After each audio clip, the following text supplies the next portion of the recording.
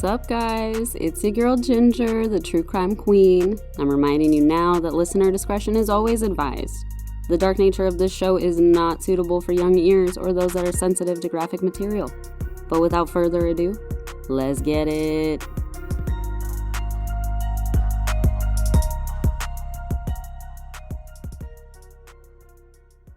All right, and we're back with Keith Hunter Jesperson, part 2. Straight back in after Keith has somehow managed to escape the long dick of the law regarding his first murder, Tanya Bennett, as 2 other people have been charged with the crime. Keith had also just been released after basically lying his way out of attempt number 2 and is back on his way home to Washington. By late June of 1992, Keith had been rehired, license reinstated, and ready to get back out on the road. It's outside of San Bernardino, California, where he finds a young blonde woman who Keith claims was going by the name of Claudia. And unfortunately, all we know about her is what Keith has been willing to confess. According to him, Claudia had approached several other truckers before him, seeking out a ride to the Phoenix area, which Keith, in his attempts to appear harmless, happily agreed to. It didn't really matter where Claudia was going, though, because Keith admitted he had his own plans of keeping this woman as his own personal sex slave, like Jabba the Hutt or some shit. It's when they're already on the road and she allegedly asks him to buy her some meth that he decides she's not worth keeping around, reasoning that the only thing Keith hates more than cats is other people's drug usage, I guess. Keith would end up using duct tape to restrain Claudia inside his truck's sleeping area and repeatedly attacked this poor woman over the course of 4 days before eventually taking her life. He admits to spending those 4 days turning her death into that sick game where he intentionally chokes her to the point of unconsciousness, lets go long enough to allow her to wake up, and then does it all over again. After she fell unconscious for the last time, Keith leaves her in his truck to ponder possible disposal spots over an iced tea in a truck stop, which I'm willing to bet was unsweetened because he's fucking psycho. As he's returning back to the truck, Keith actually comes in contact with a cop who just happened to be in the area, and being that Keith had a dead woman in his cab, he didn't stick around any longer than he needed to. When he gets back out on the road, Keith then decides to speed up and get out of the area, hoping to manipulate his logbooks so as to make it appear that he wasn't in the area for as long as he was. He drives 2 hours west on Highway 95 before eventually pushing Claudia's body from the cab of his truck, where it then rolls down into the canyon side to a dense desert brush. Her remains wouldn't be found until well over a month later, on August 30th of 1992, about 100 feet off the highway just outside of Blythe, California. Unfortunately, the condition her remains would be by that point made it virtually impossible to identify her without the use of DNA. Medical examiners could only estimate the woman Keith was referring to as Claudia might have been in her mid-20s, stood about 5'3", and sadly still has yet to be identified. It's after this second victim, though, that Keith seems to have begun killing at a rather fast pace, as he would already be moving on to victim number 3 within weeks. Unfortunately, again, all we really know about what happened with this woman is what Keith has been willing to say. And I've also seen this incident described in a few different ways. Keith claims to have next picked up a woman named Cynthia while on a stop in Turlock, California. I've read in trial reports that she didn't even last 5 minutes inside his truck, though, as he reportedly strangled her immediately after she entered his truck in the middle of the night, believing that she had intentions of robbing him. Interestingly, though, Keith later tells ABC News that he killed this woman over a parking spot, which I can't find anything that would explain that particular version of events.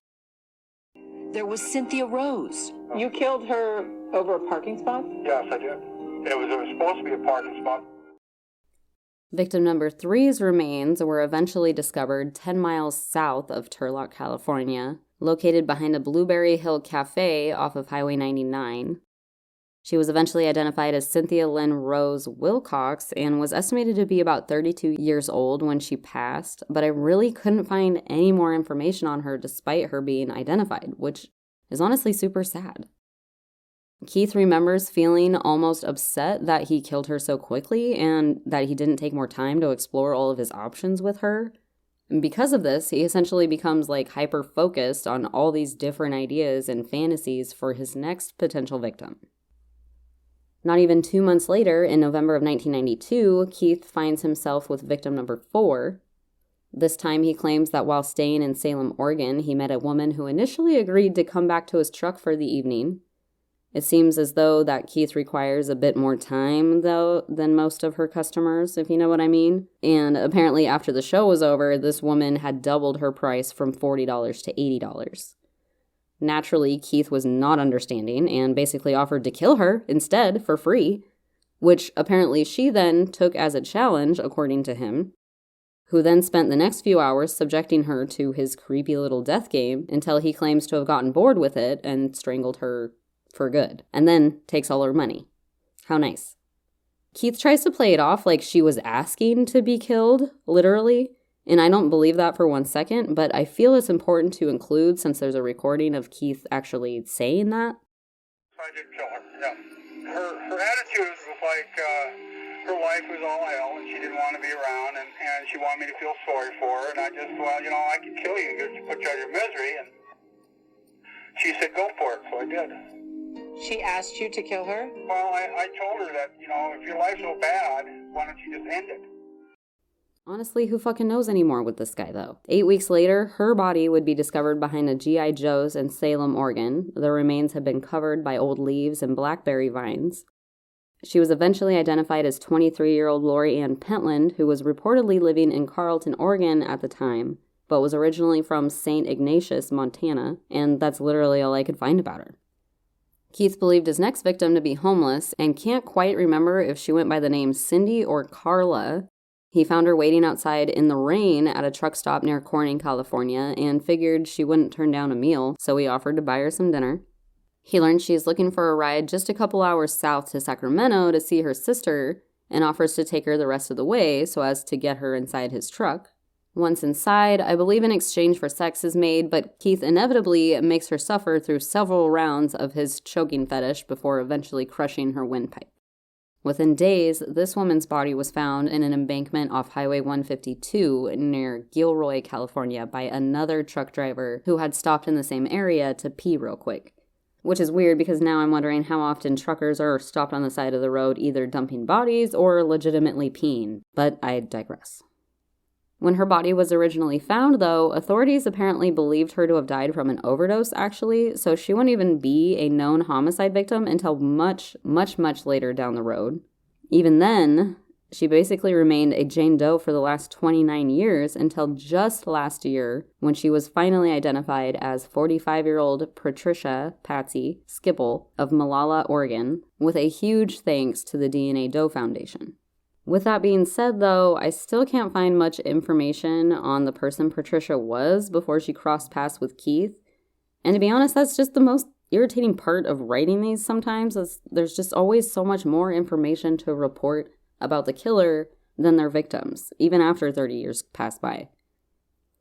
As Keith's obsession with murdering women would grow, so did his children, which weirdly did remain somewhat important to him during this period of his life, as he would make the time to travel back to Spokane and stay in touch with them pretty often. On those occasions, Keith would usually show up in his truck, pick all the kids up, take them out for dinner, take them shopping for new clothes or whatever they were wanting, grab some snacks from the grocery store, and then spend the night with them, usually leave the next day.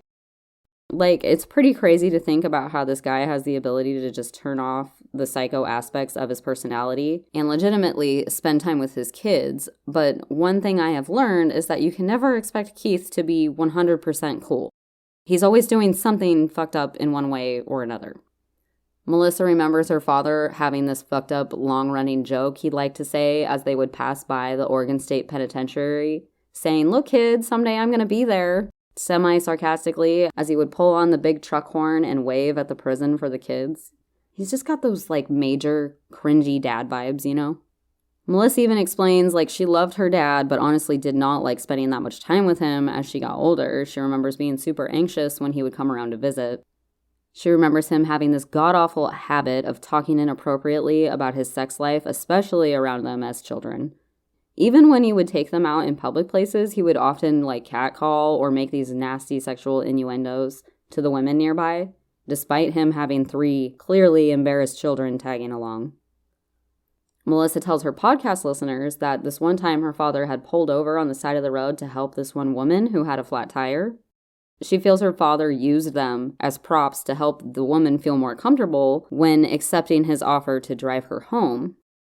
It's while on the way there, though, that Melissa recalls him just saying these absolutely disgusting things as he came onto her right there in the front seat of the car. And this poor woman had to practically, tuck and roll out of the car as they passed by her house. Luckily, though, she made it out alive. It became very clear to Melissa that her father basically just enjoyed watching other people's discomfort when he once held Melissa out over an edge of an old stone bridge while out hiking together. She never once went near a bridge with him again after that because, duh. By late March of 1994, after spending some time with the kids, something clicks for Keith. He's killed a handful of victims all over the West Coast, but realizes that, no one knows. There's no alerts out. There's no news ticker tapes about his victims. He's just not satisfied with his life still. He's all that hard work was for nothing or something, and he just suddenly realizes that to get the true attention he is looking for, he needs to get in contact with the actual media, just to let them know how important he is. So Keith begins creating this series of handwritten, multiple-page letters that he chooses to send to an editor of the Oregonian newspaper, admitting to have killed multiple women in California and Oregon, along with general descriptions of all 5 of the murders, just to stir that whole shitstorm he is hoping for. So I'm actually going to read you the letter that Keith sent to Phil Stanford, an Oregonian editor at the time. All 5 of 5. I would like to tell my story. I am a good person at times. I always wanted to be liked. I have been married and divorced with children. I didn't really want to be married, but it happened. I have read your paper and enjoyed it a lot. I always have wanted to be noticed like Paul Harvey, front page, etc. So I started something I don't know how to stop. On or around January 20th, 1990, I picked up Sonia Bennett and took her home. I raped her and beat her real bad. Her face was all broke up, and then I ended her life by pushing my fist into her throat. This turned me on. I got a high, then panic set in. Where to put the body? I drove out to the Sandy River and threw her purse and Walkman away, and I drove the scenic road past the falls. I went back home and dragged her out to the car. I want you to know it was my crime, so I tied a 1/2-inch soft white rope cut on one end and burned on the other around her neck. I drove her to a switchback on the scenic road about 1.5 miles east of Lateral Falls and dragged her downhill. Her pants were around her knees because I had cut her buttons off. They found her the next day. I wanted her to be found. I felt real bad and afraid that I might be caught, but a man and woman got blamed for it. My conscience is getting to me now, which you already know he did not spell right. She was my first, and I thought I would not do it again, but I was wrong. I went to truck driving school and learned to drive. While driving, I learned a lot and heard of people that have gotten away with such a crime because of our nomad lifestyle. One day in California, I picked up a girl named Claudia. She had no bag and wanted to go anywhere. She was not bad cooking. I wonder if he meant looking. Big-breasted blonde on the way out of LA. My mind went wild with the thought of a sex slave, and then I stopped at a rest area. I took her, I taped her up, and raped her again and again. I kept her for 4 days alive, then I killed her and dumped her body about 7 miles north of Blythe on 95. This took place about November 92. This triggered something in me. It was getting easy, real easy. A week or 2 later, seemed like it, but maybe it was 4 months, I stopped in Turlock, California rest stop. A hooker became my next victim. This time, I just strangled her right there without sex. She was in my truck only 5 minutes. I started to tape her and got excited and shot my load in my pants. Ew. I dropped her body off behind the Blueberry Hill Cafe 10 miles south on 99. I placed her body in the dirt and stepped on her throat to make sure she was dead. She was found 2 or 3 weeks later. My next victim was a hooker I had used 3 weeks earlier and thought of using again. I summoned her on the CB. She had a raincoat on. We went through the normal procedure. I made it with her. But when we got pressed, I forced her to have sex again and again. I felt so much power, and then I told her she was going to die and slowly strangled her. I would strangle her until she just about lost consciousness, which he did spell right, then stop. Then I got bored and finished it. Took her money and dropped her off behind G.I. Joe's in Salem. I put her against the fence under the blackberry vines and covered her with leaves. My last victim was a street person. It was raining on Corning, California. She was wet and I offered a ride to Sacramento, California. I stopped at a rest area near Williams and had her. I put her body on or near a pile of rocks about 50 yards north of 152 westbound, about 20 miles from Santa Ynez, California. It was getting hard to trust my inner self. I kept arguing with my conscience. Did spell it right. I had to get away from long-haul trucking. Victims are too easily found, so I quit and found a good job driving where I'm the public eye and out of harm's way. The truck has a bold name on the side, so it's easily recognized. Oop, spelled that wrong. I got away from what became easy. I do not want to kill again and want to protect my family from grief that would tear it apart. I feel bad, but I will not turn myself in. I am not stupid. I do know what would happen to me if I did. In a lot of opinions, I should be killed, and I feel I deserve it. My responsibility is mine, and God will be my judge when I die. I am telling you this because I am responsible for these crimes and no one else. It all started when I wondered what it would be like to kill someone, and I found out. What a nightmare it has been. I had sent a letter to Washington County Judge's Criminal Court taking responsibility to number 1, but nothing had been in your paper. This freedom of press, you have the ball, your game. I will be reading to find out. I used gloves and same paper as last letter, no prints. Look over your shoulder, I may be closer than you think. To make things even weirder, instead of using his name, Keith would then sign the letters with a simple signature happy face at the end, hence his stupid fucking name. Like, how appropriate, Keith. Really, a happy face. It's obvious to investigators, though, that some of these pages also contained semi-incorrect information. For instance, he had misspelled a few of his victims' names and sometimes misremembered the dates.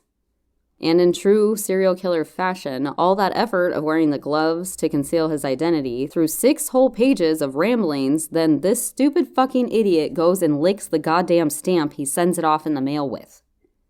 Naturally, the editor would hand these letters over to the detectives who then take note of its contents, but actually don't take it very seriously, even considering that this was perhaps the efforts of John and Laverne trying to raise some appeal efforts. Nonetheless, the police would definitely run the envelope, letter, and stamp for DNA, which was able to at least return a profile they now had on file. But Keith definitely didn't get the attention he was so obviously desperate to get, which may or may not have signaled him to take his crimes further. Later that summer of '94, while on a long-haul delivery all the way to Tampa, Florida, where Keith unfortunately just missed out on a date with Eileen Wuornos, because that would have made for a very interesting turn of events, honestly. But he did meet a woman he remembers as Suzanne, possibly Susan or Susanna. He recalls this woman looking for a ride down to Miami to grab some things before heading back west towards Nevada. Keith declined to take her to Miami, but did say he was headed back west and she could join if she wanted.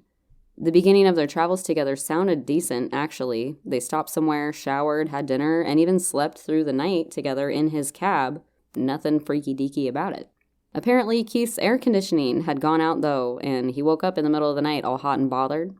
He then, non-consensually, began helping himself to this woman until she apparently screamed, which spooked Keith as there were other truckers sleeping nearby, and he didn't want any attention drawn to them.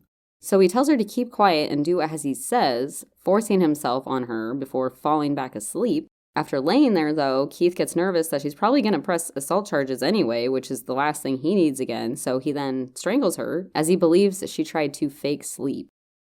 Before dumping her body, Keith would decide to attach 2 long, white-colored plastic zip ties to her neck, figuring he will be able to use these to distinguish her from other victims in case he decides to write any more letters in the future. He then races ahead of schedule after hiding her body in some bushes along Interstate 10 near Crestview, just 6 hours away from where he had originally picked her up. Her remains then unfortunately went unnoticed for 3 more months before being found by a road crew in mid-September of '94, and is now the second victim of Keith Jesperson, who we still have yet to properly identify.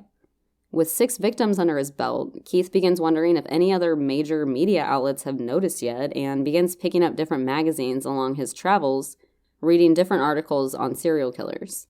Keith remembers reading an article on Suzanne Smith, the woman who killed her 2 children in the car by pushing them into a lake. And he thought to himself, how could a mother be so cruel? Like, that's not the pot calling the kettle black. Like, how can he judge her? Seriously? Can you imagine killers judging each other? That's insane to me. Out of all the things he could have possibly picked up out of those magazines, though, Keith learns several infamous murderers also get a thrill from starting fires, and Keith wonders if arson could possibly help him curb his appetite for killing. So Keith then began setting a shit ton of random fires all along popular highways in California, Oregon, Arizona, Nevada, and Washington during the second half of 1994. As he's driving along, he'll just toss out a lit book of matches onto the dry roadside brush, then park further down the road to stop and watch the fire grow as the firefighters struggle to get them put out, sometimes even being the one to call them in.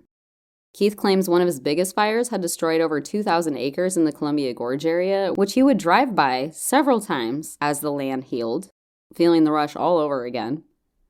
Keith legitimately believes that starting these fires kept him from murdering women for over an entire year before getting the urge to kill again, which is interesting.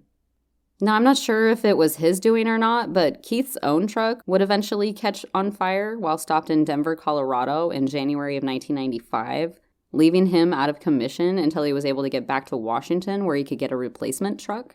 While in town, Keith stops by, picks up his children for a quick visit, and takes his oldest daughter out to lunch at Keith's favorite place ever, Denny's. Naturally, he made a complete ass out of himself with their waitress, but that wasn't even the worst part of their visit, according to Melissa. It was when he began mysteriously foreshadowing things, saying stupid shit like, "Not everything is what it appears to be, Missy." When she has no idea what he's talking about and asks for clarification, he indicates that he has something important he wants to tell her, but says he can't because he believes she will go to the police. Now, I don't know what the fuck he's doing trying to confess this type of shit to a 15-year-old girl, but I have a pretty big feeling that it's just purely for manipulative purposes. He seems to get quite a kick out of making Melissa uncomfortable, whilst leaving this breadcrumb trail of hints that he's a serial killer basically the entire time she's growing up. By the end of this lunch together, all Keith has done is upset Melissa for no reason. She's tired of it and makes an effort, at this point, to avoid his future telephone calls. She doesn't want to go to any more of his mindfuck meetings. She is canceling her subscription to all of his issues. So, Keith ends up heading back to his hotel room alone, later finding himself down in the hotel's bar where he meets a 21-year-old woman named Angela Surprise. This 41-year-old baby-faced Frankenstein somehow convinces this girl back up to his room for a nightcap before she later reportedly requests a ride to Colorado to see her father. Angela and Keith then traveled together for over a week, all the way to Wyoming without problems until she called her father on January 27th, and apparently the plans had changed. Now Angela was asking to ride with Keith all the way to Indiana so she could stay with a boyfriend instead. Keith's obviously annoyed with that, but had agreed. At this point, Keith is hoping to catch a few hours of sleep, but says Angela is super persistent about getting back onto the road. He says she would leave him alone long enough just to start dozing off, then shove him awake again, just continuously nagging him. This was supposed to somehow justify that he ends up restraining her, forcing himself on her, and then strangling yet another young woman that he really could have just kicked out of his truck, right? Keith says he then spent the rest of the night sleeping next to her lifeless body before dealing with how to get rid of her. And Keith was especially cruel in his manner of disposing Angela. It turns out that he was extra nervous about killing her because he had just allowed her to use his credit card to pay for the phone call to her father back in Fort Bridger, Colorado. Fearing that the call could be traced back to him, Keith made the extra effort to ensure Angela's remains would never be identified through normal means. So while traveling through western Wyoming or even possibly Nebraska, and rather than rolling her off the side of the highway like his past victims, Keith actually tied Angela's body to the bottom of his trailer, face and hands down, then proceeded to drag her down the highway for what he estimated was 10 to 12 miles through traffic, hoping that there would be nothing left to identify her body with. He also reasoned that any other drivers who might notice any blood would probably just figure it was the usual roadkill anyways, and eventually throws all her stuff away somewhere in Ohio.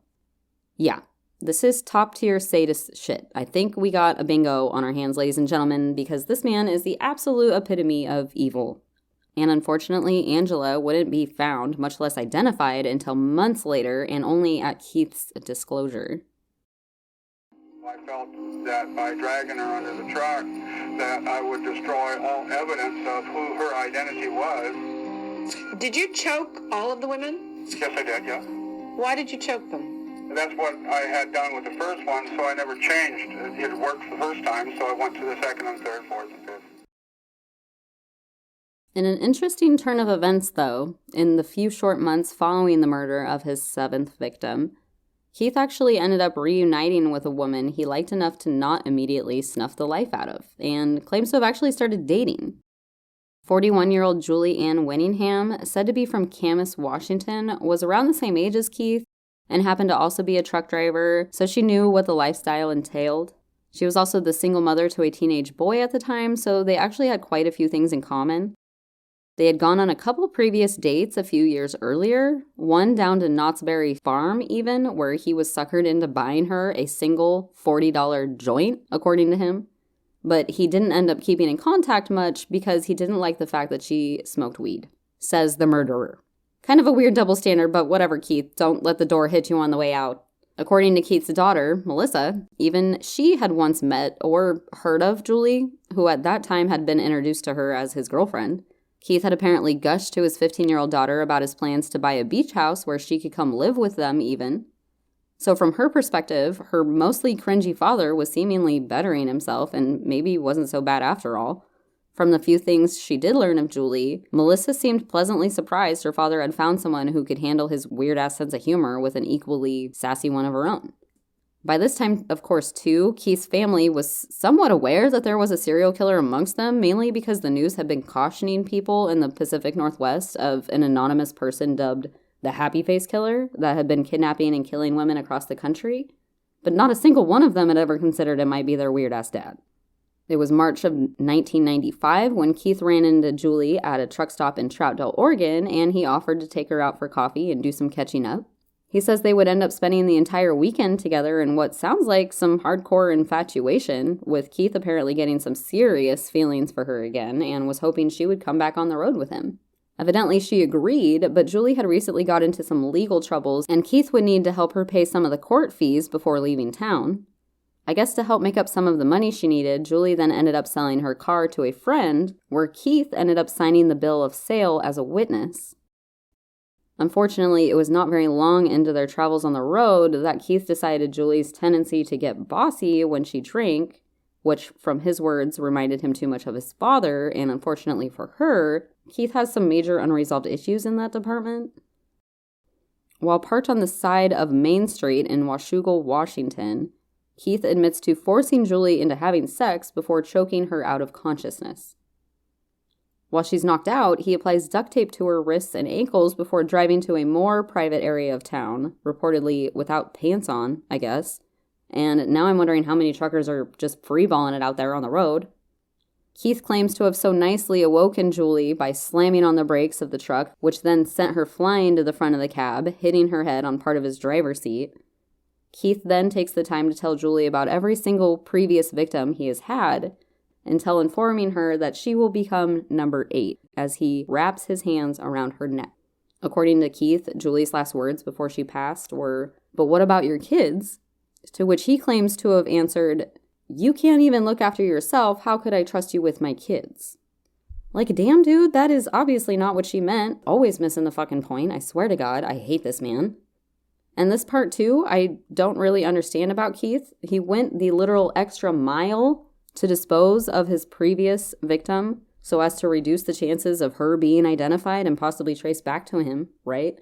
Well, despite the fact he had been introducing this woman, Julie Winningham, to other people as his girlfriend, even his own children for fuck's sake, Keith takes absolutely no extra precaution when disposing of her body.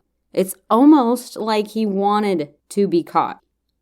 It was the very next morning, on March 11th, 1995, where Julie was discovered off Highway 14, about 15 feet below another popular scenic viewpoint, just outside of Washougal, Washington, known as Cape Horn Lookout, literally right across the Columbia River from where he had disposed of Tanya Bennett, his very first victim. Which I realize sounds a lot like a different word, so I'm going to be clear. It's called Cape Horn. Cape, like Cape Cod, and then Horn, Horn, Horn, Cape Horn. And yeah, well, just so we're clear. Keith had ever so dickheadishly left Julie's body to be easily found, obviously nude and clearly indicating that she had been both gagged and restrained with the use of duct tape. He had planned to come back at a later time to move her body further out of sight, but eventually decided against it as he was supposed to be halfway to his next pickup already. Keith had just done majorly fucked up though, because up until this point, all the lives he had taken were relatively hard to trace back to him, but Julian Winningham was obviously a very different story. So when detectives began looking into Julie's murder and start questioning her close friends and family, enough of those people were able to establish that Julie had recently begun dating some gargantuan pile of shit, some ugly-ass truck driver going by the name of Chris or Keith or something. It's actually when police are going through Julie's personal effects that investigators end up finding the recent handwritten bill of sale with Keith's full fucking name, making it super easy for them to contact his employer at Cheney Transit Systems and figure out that he's headed towards New Mexico on a delivery. By March 22nd of 1995, Keith's boss gives him instructions to pick up a load just outside of the Las Cruces Fairgrounds, where Keith will carefully back in his trailer and hop out to load it up. To Keith's surprise, he is then confronted by 2 armed officers who inform him that he is wanted for questioning in an ongoing investigation. At first, he isn't sure if this is for some of the fires he had set a while back in New Mexico or one of the several different murders he had committed. It's apparently not until he's on his way back to the police department that he's informed the investigation is into the death of his alleged girlfriend, Julie Winningham. He tried to act shocked with the news of her death, but generally sociopaths are not good at faking emotions, and the police end up asking him, like, well, aren't you wondering how she died? To which he replies, well, this doesn't surprise me about Julie, being that she's into drugs and all. Because to Keith, apparently weed and meth are basically one and the same. The police then choose to reveal that Julie appears to have been strangled, to which Keith says, oh, that's interesting. Then goes on to suggest that maybe they look into some of her drug dealers. After 5 hours of questioning and Keith swearing up and down he hadn't seen Julie since she stormed out of his truck 2 weeks earlier and has nothing to do with her death, he negligently agrees to handing over both blood and hair samples as well as his fingerprints and travel logs before police eventually allow him to leave. As Keith walks out, though, he feels his days are numbered and investigators are likely watching him now, making his criminal interest just a tad bit more difficult. Figuring at best he might only have 3 more days of freedom left and an arrest is inevitable, Keith prepares to go out like the ultimate coward. He claims to have then mixed together an odd cocktail of antihistamines, extra-strength Tylenol, Sudafed, and an entire bottle of Tums, thinking this would be enough to free him from the long dick of the law. He says he woke up hours later, extremely well-rested, but having to pee. He then leaves his truck to use a restroom, and upon returning, he is met with a sucker punch to the face because he accidentally enters the wrong truck, apparently. The following night, Keith claims to have made his second attempt with the pills, this time using 3 entire bottles of extra-strength sleeping pills, but unfortunately, this fucker is 6.5 feet tall and 300 pounds, so it would literally take more pills than Keith could manage to swallow before his body forces them back up and his plan ultimately fails for the second time. Which, let's get real for a minute too, because in my research, I learned that Keith actually had a great uncle who was once committed to a mental hospital and later committed suicide by pounding a 3.5-inch nail into his skull. So I would argue that Keith is being a bit of a bitch about this, in my opinion. We all obviously know that if Keith really wanted to kill himself, he could have. He's clearly fucking capable of killing other people, but in true narcissist fashion, they tend to find it rather hard to kill themselves. Death is simply for others, you know? So Keith's attention-seeking ass then resorts to writing more confession letters, this time addressed to select members of his own family. To his brother Brad, he writes, "Seems my luck has run out. I will never be able to enjoy life on the outside again. If it isn't the consequences of my own action. I got into a bad situation and got caught up with emotion. I killed a woman in my truck during an argument. With all the evidence against me, it looks like I truly am a black sheep. Oh my god, here we fucking go. The court will appoint me a lawyer and there will be a trial. I am sure they will kill me for this. I am sorry that I turned out this way." He's not. "I've been a killer for 5 years and have killed 8 people, assaulted more, and I guess I haven't learned anything. Dad is always worried about me because of what I have gone through in the divorce, finances, etc. I've been taking it out on different people. We pay so much of child support. As I saw it, I was hoping they would catch me. I took 48 sleeping pills last night and I woke up well rested. The night before, I took 2 bottles to no avail. They will arrest me today. Keith. I really wonder sometimes if Keith's asshole ever gets jealous of the grade A bullshit that comes out of his mouth sometimes. After sending off these letters, Keith then calls up his boss and reveals that he will be confessing to murder, which is like the most hypocritical bootlegger bullshit I have seen this man do yet. I mean, he has the decency to give his employers notice that he won't be driving anymore, but literally discards actual mothers and daughters like they're actual pieces of trash. I know I can't expect to understand these types of sociopaths, but that little bit just fucking bewilders me, honestly. Keeping that same energy, though, Keith then calls up the same Washington state detectives he had spoken with just a few days before and legit leaves a voicemail confessing to the murder of Julianne Winningham. This is Keith Jesperson. I'd like to talk to you.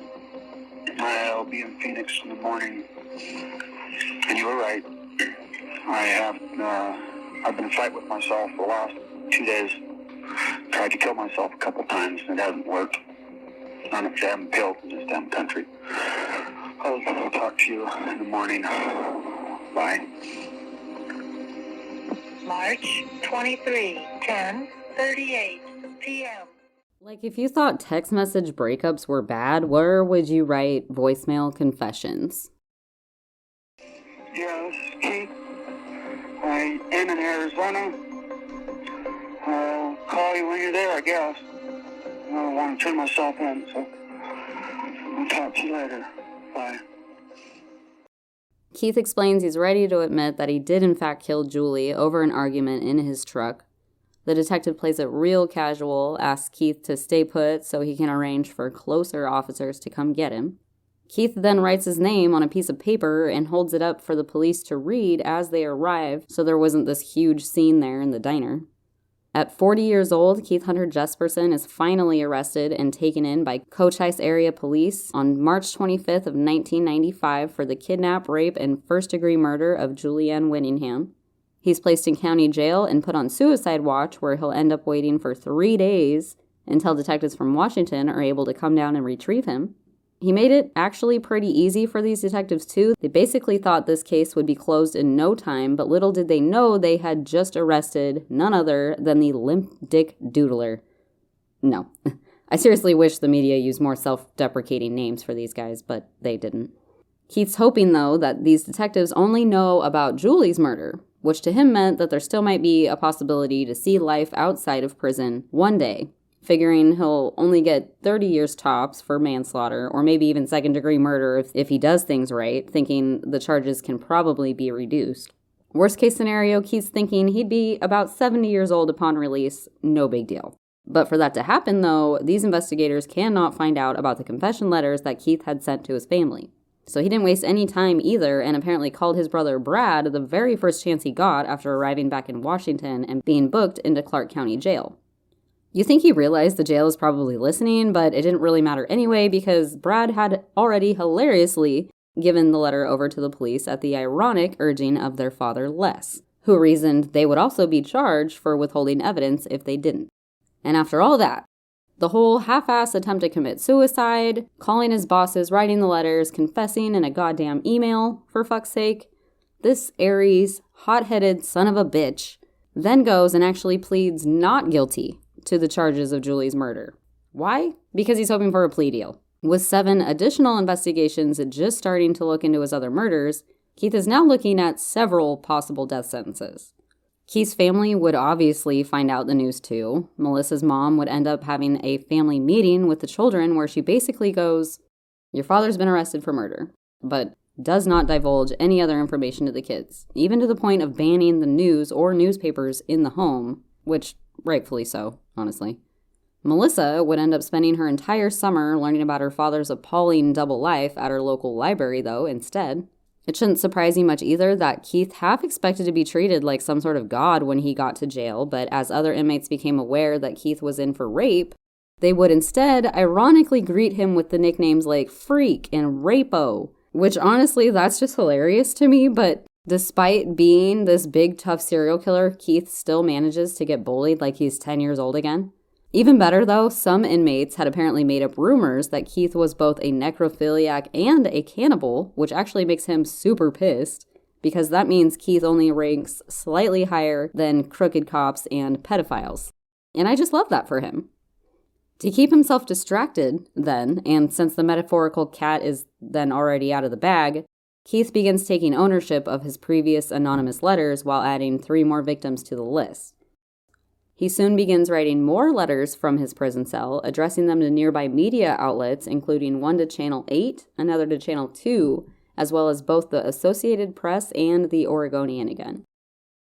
The letter to start, some kind of proceedings, hopefully get the guy out of Oregon being wrongly accused of it. That's the happy face letters. This letter, I wrote it because I want to come clean with everything. Essentially, then you're saying that you're in the happy face killer? I am the happy face killer. There's no doubt. There is no doubt in my mind. No, I am him.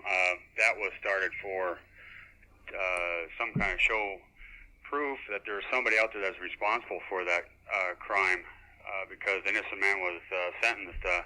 He was forced to take a plea bargain to save his life. Why come forward at this time, then? Well, I got arrested, like you know, and it was just bound to happen. But I've been trying to do it anonymously. I got into this problem I'm in, and I was dealing with the Gideons and the prison ministry, and I was talking to them, and they were talking to me about coming forth with the truth. And thank God, you know, I got them to come and talk to me, and I was able to come out and tell the truth, and I want to get it all over with, so that this man that's in OSP is not prosecuted anymore for his crime, for a crime he didn't commit. I understand. For people who don't understand the series of killings, first of all, why did you do them? I can't answer on that right this time without talking to my attorney, because we still have legal grounds on this. I want to just make sure that it did happen. I'm not denying that they happened. I will come with a full confession on every victim that I have taken care of. I want to make sure it's all out in the open. And again, outline the number of victims. There are 8 total victims in the following states of Washington, Oregon, California, Florida, and Wyoming. And all under the happy face killer? Yeah, they have been told. The first things I put out were writing on bathroom walls. You wouldn't believe what people write on bathroom walls. They be surprised how fast it gets to management, and then people come and see it and give reasonable doubt. I wanted it known. I wasn't trying to brag that I was. I was trying to get something started, and then that never did anything. They just passed that off as prank call or whatever. And then I sat down with my conscience and started writing something. And I tried to make myself make the happy face, which I did not name. Phil Stanford from the Oregonian, actually, he's a freelance writer now, named that the happy face. All I did is sign a circle with 2 little eyes and a crescent smile. I understand. And your thoughts about what you've done? Anything that you'd like to say to people? Well, people look. You know, I'm afraid they're going to look at me and they're going to try to say, "Well, this guy's, you know, he's sick, he's over," and it's probably true. I am more than probably. I do have a problem. I know I have a problem. I didn't go looking for I didn't look for it to happen. I wasn't out chasing around and trying to grab what I could out in the street. If that was the case, I've given rides to people all over the country, and no, I'm not out looking for it. I just got caught in a situation where it was whatever. I'm going to talk with my attorney later. And again, for my understanding, just so I understand, you're the happy face killer, and just tell me what you can. Well, I am the happy face killer. I'm dubbed that by Phil Stanford. I tried to make it look like somebody was really, vicious and that was out there. And a lot of things said in those happy face letters were not really true in actually the crime content. But they were started to get I was trying to get someone to maybe start an investigation going back to maybe they would release this guy. He was wrongly accused after his ex-wife accused him. She has a reputation of playing wolf, and the Multnomah County Sheriff Department helped her fabricate a lie, so got her convicted for 10 years, and after she got convicted for 10 years, they used that against him for leverage so he could cop a plea bargain, so he could go to jail without having to face a trial, and he saved his life, basically. Finally, do you have a sense of remorse at all? People, when they hear you talk about this, they might say, "Well, how could he have done those crimes? He sounds pretty collected about the whole thing." Well, it's kind of hard to explain, but I can't understand how I could do it myself. I've always thought I was a nice person. I've always brought myself out like that, and I've always got along with everybody. And I've come from a broken home, alcoholism and that. And I'm not going to blame that. Of course, there's going to be psychologists that are going to stick their nose in it, and they're going to ask how sane I am. And I am a sane person. I'm saner now than I probably ever have been. I'm coming forth with the truth. I want to make sure it's out there. Remorse? Yeah, I have a lot of remorse. I haven't slept a good night's sleep in 5 years, 5.5 years. Well, once again, the one statement you'd like to make about what you're responsible for? Well, I am responsible for the happy face killing, which includes 8 people in 5 states, and there are a lot of victims out there, and I'm very sorry. I didn't, for the life of me, I can't understand myself why, but there's probably a lot of people I know that probably can't understand how I could even. So, that's how I'd like to leave it right this moment. In exchange for this plea deal, Keith would offer up the location to his 7th victim, Angela Sobrise, despite there not being much to identify her with. She would eventually be found along a Nebraska freeway, and it actually took several x-rays of her bones and the use of an old tattoo to establish exactly who she was. I read that because it was common for her to be gone long periods of time, her family didn't even know Angela was missing, never mind murdered. Eventually, the courts began to feel perhaps Keith was sabotaging his own upcoming murder trials, speaking with the news, so much that a judge would basically threaten Keith with solitary confinement if he didn't stop talking to the media, and then revoked all his communication privileges like phone, letters, and access to the TV, cutting off almost all of Keith's ability to gain infamy. Despite previously pleading innocent, Keith is now hoping for a plea deal in regards to the murder of Julie Winningham. In exchange for a guilty plea to her murder, Washington State offers to drop the charges of kidnap and rape, which Keith's lawyer will urge him to accept, being that it would take the death penalty off the table, though he would be looking at a minimum of at least 30 years either way. Keith claims he eventually agreed to the deal because, quote, he didn't want this to be dragged out like the O.J. Simpson thing. Very interesting.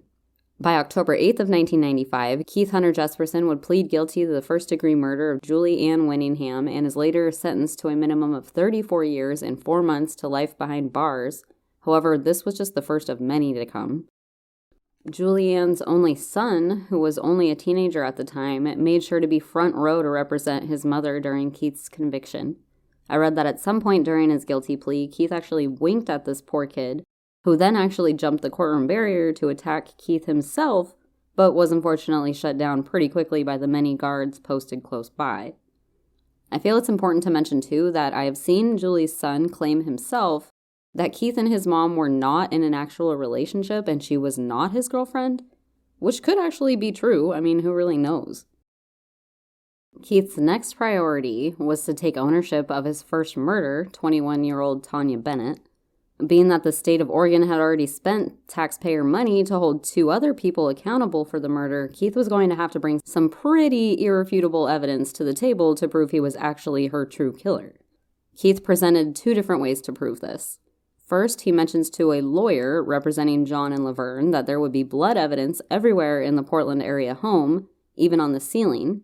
Even his daughter had previously seen those bloodstains. However, the new owners of the home allegedly did not agree to allow their walls to be scraped for DNA analysis, so Keith then had to come up with something else. Keith then offered to reveal the location of where he had tossed Tanya's purse and wallet out the window as he drove along the Sandy River Highway. It then supposedly took an entire crew of local Boy Scouts searching on their hands and knees through 4 years of overgrown blackberry bushes along the roadside, but ultimately they ended up finding the actual purse and ID to Tanya Bennett. On November 2nd of 1995, Keith would again plead guilty, this time for the 1990 murder of 23-year-old Tanya Ann Bennett, earning himself a second life term behind bars. And forced my fist into her throat. And later grabbed the rope and tied it around her neck securely, and she was dead. Washed the carpet, I washed the blood off the walls what I could, and eventually painted the walls of the house I was in, and tried to forget about it. By the end of November of 95, John Sosnowski and Laverne Pavlinac were finally released from prison after serving close to 5 years for a crime they did not commit.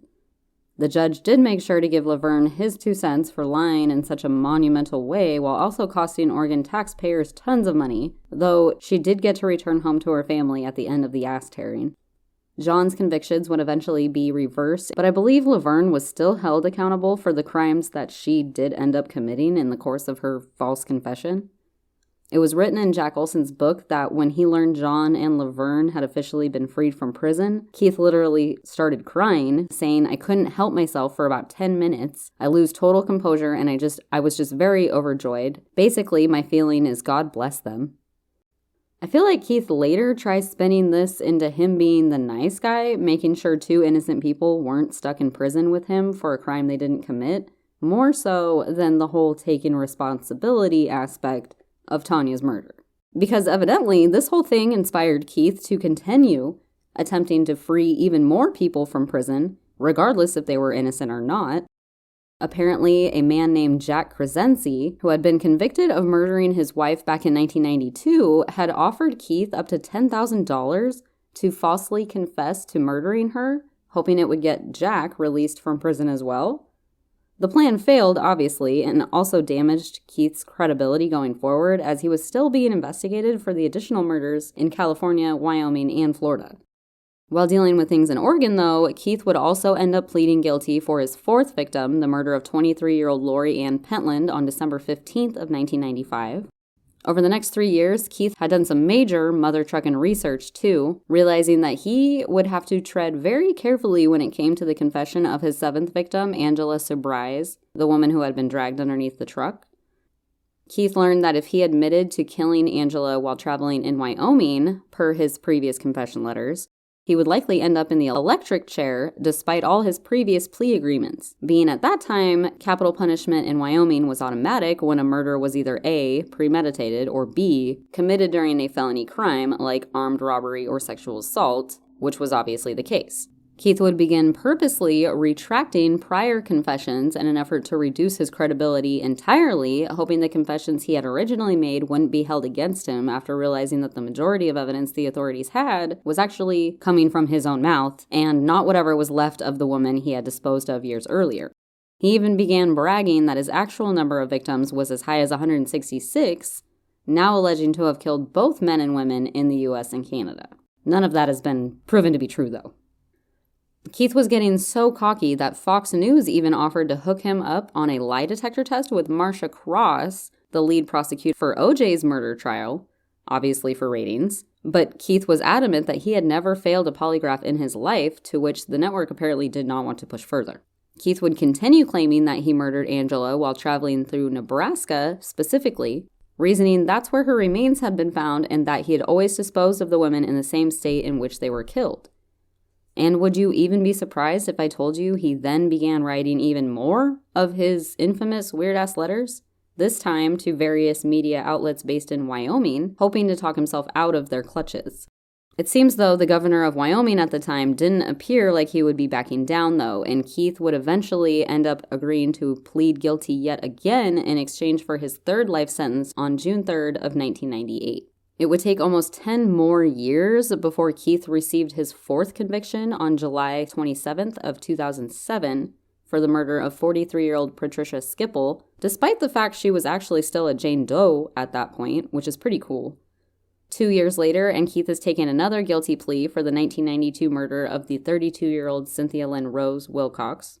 As far as I can tell, Keith has not been taken to Florida for his 1994 murder of the still unidentified woman he referred to as Suzanne, though Keith has reportedly attempted in helping investigators figure out who she is. It seems that while being stuck in prison, Keith has had no choice but to sit down and get in touch with his artistic side a little more, where he's actually quite talented in that department. I mean, it's a shame he didn't put more effort in that area because when you look at his work, I hate to admit, it's shockingly good. Hence, the doodler part of Keith's new name, the Limp Dick Doodler, of course. But more seriously, Keith was asked to sit down and draw his sixth victim from memory, and after being compared and adjusted to properly fit with her skeletal remains, the result was so strikingly similar to what Keith had remembered that he reportedly had an emotional breakdown, and unfortunately not a heart attack. Keith would also stoop to using the internet to gain additional notoriety for his crimes, hoping to gain a following or something. With the help of a lunatic pen pal, Keith began writing to what he believed were fans, offering a self-start serial killer kit, so now you could be the only serial killer on your block. And that wasn't my joke. It's Keith's joke. That was Keith. I'm not kidding. In these postings online, Keith would make absolutely terrible jokes about his victims while requesting donations for his mountain of legal fees. Eventually, people would begin petitioning against AOL, demanding to remove the website hosting his letters, which I believe did happen shortly after. Also, because Keith infamously used a signature smiley face in all of his confession letters, he's actually been forbidden from writing and sending anything even closely resembles a happy face in his personal letters to friends and family, or so I read. I wonder if he can use sad faces, though. His complaint was that he can't even draw a happy face in his letters, even if he's having a great day. And I'm like, oh, boo-hoo, you can't use happy faces anymore, you poor, pathetic, putrid piece of poop. Honestly, I hope he never has another single happy day in his life. He doesn't fucking deserve to be happy anymore. The happy face killer. Ugh, fucking hate this guy.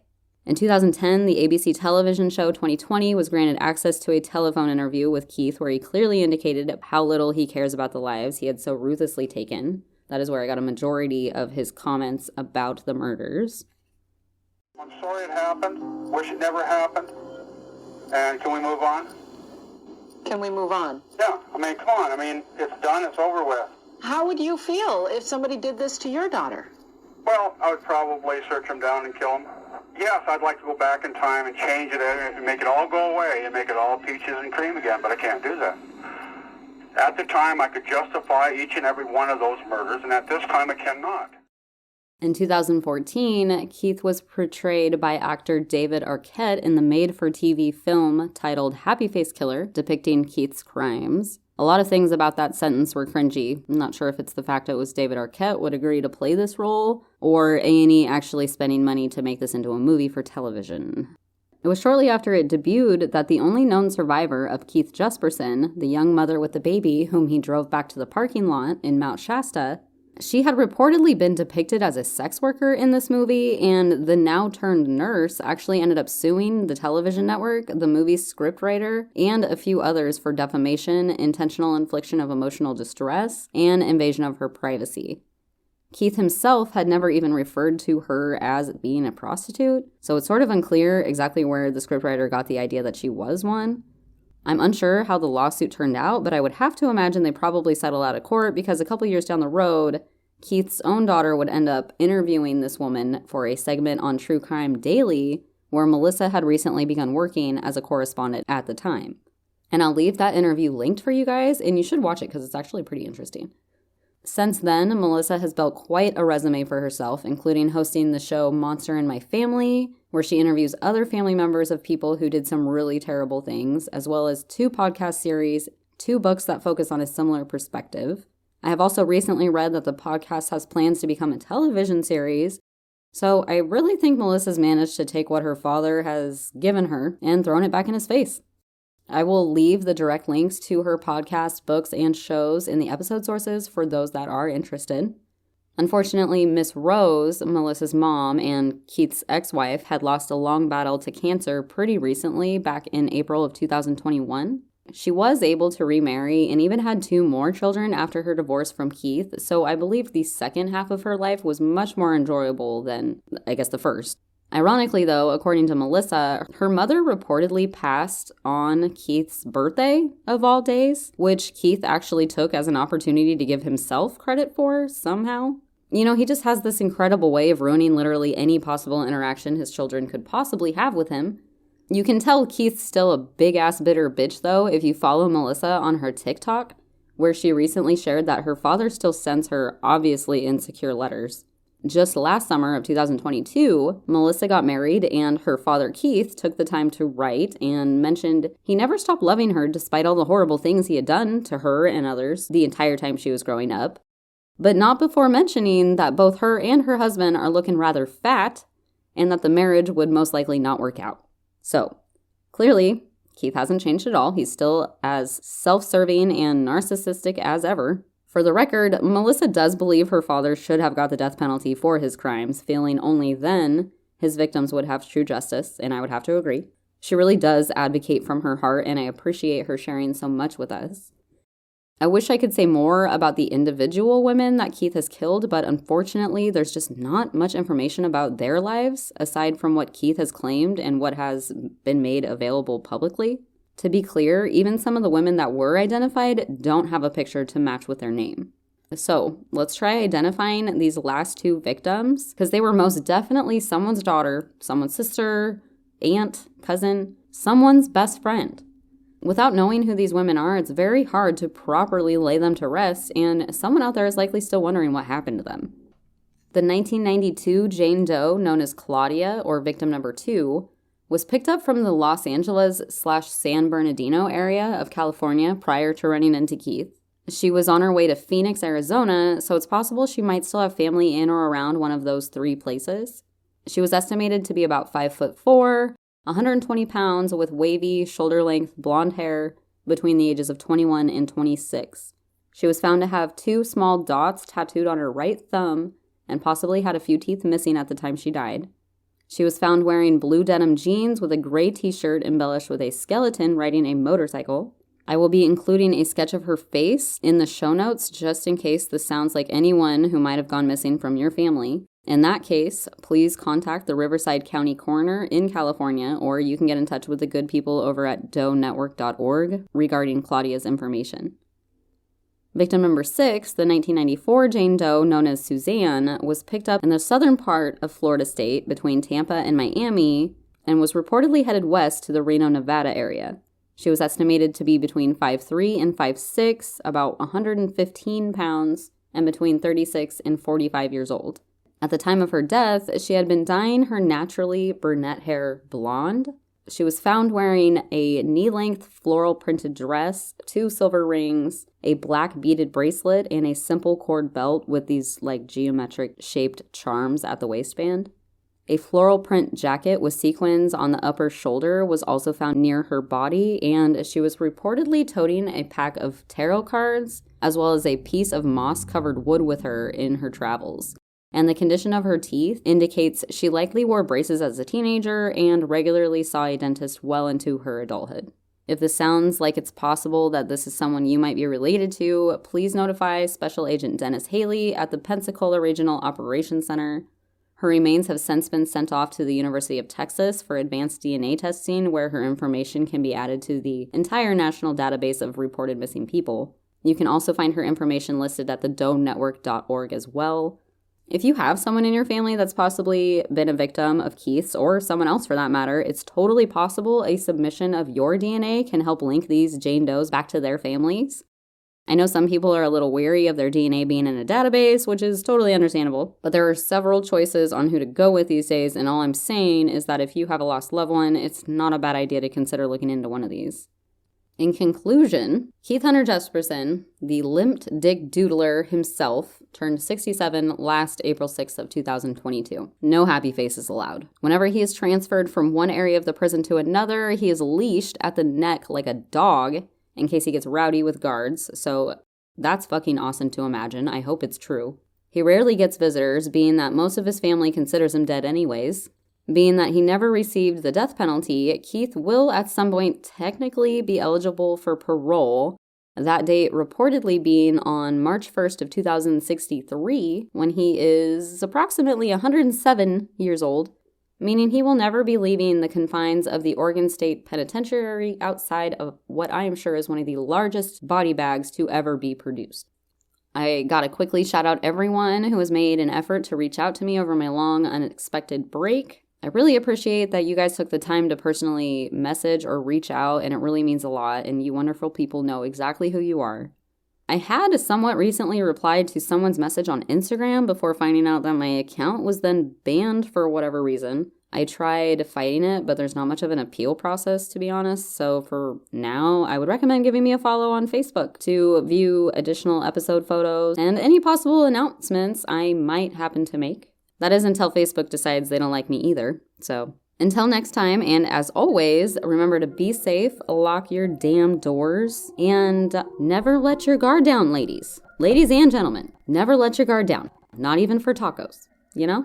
All right, you guys. Bye.